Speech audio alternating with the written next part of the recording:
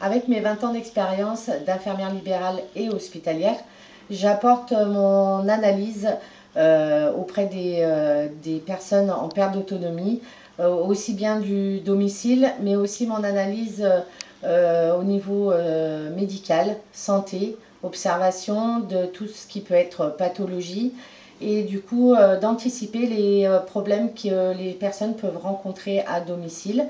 Et je travaille en lien avec les infirmiers qui se présentent tous les jours au domicile, ou les auxiliaires de vie, où je tiens un lien avec eux pour essayer d'anticiper les problèmes au domicile. Alors c'est pas qu'un service, c'est aussi un accompagnement.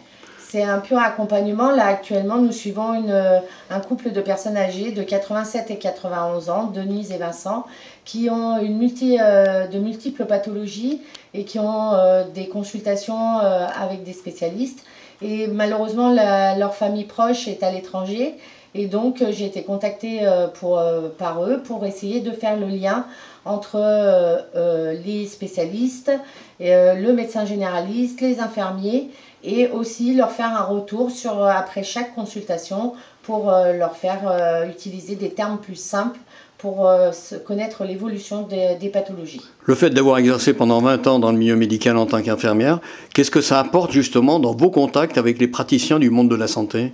Eh ben, la chose véritable, c'est qu'on parle entre professionnels et qu'on peut essayer de discuter des possibilités qu'on pourrait offrir à ces personnes pour essayer d'améliorer encore la prise en charge et d'anticiper les complications qu'il pourrait y avoir.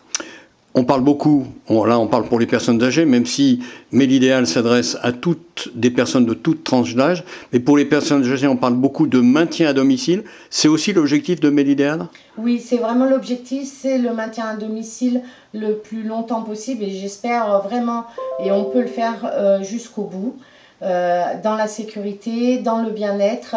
Si on fait une unité autour de la personne, tout peut très bien se passer. Alors, et c'est ma dernière question, vous accompagnez parfois l'accompagnement à domicile, l'hospitalisation à domicile? Oui, on accompagne aussi l'hospitalisation à domicile parce que il y a vraiment possibilité, et par mon expérience, je faisais beaucoup de prise en charge de fin de vie, de soins palliatifs à domicile, et c'est vraiment faisable et on le pousse de plus en plus parce que dans son milieu personnel, les choses peuvent être très On le vit mieux. on le vit beaucoup mieux, oui, c'est clair.